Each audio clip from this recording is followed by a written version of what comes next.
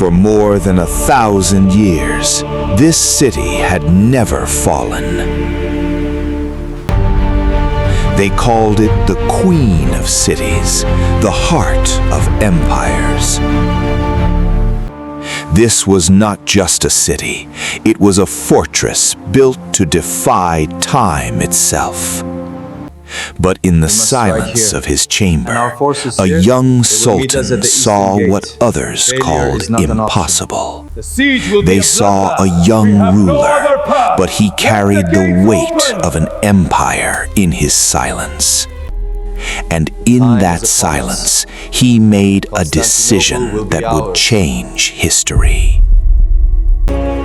The silence ended with a single command that awakened an empire.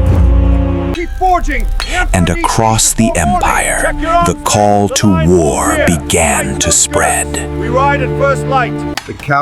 To bring down the impossible walls, Mehmet prepared a weapon the world had never seen before.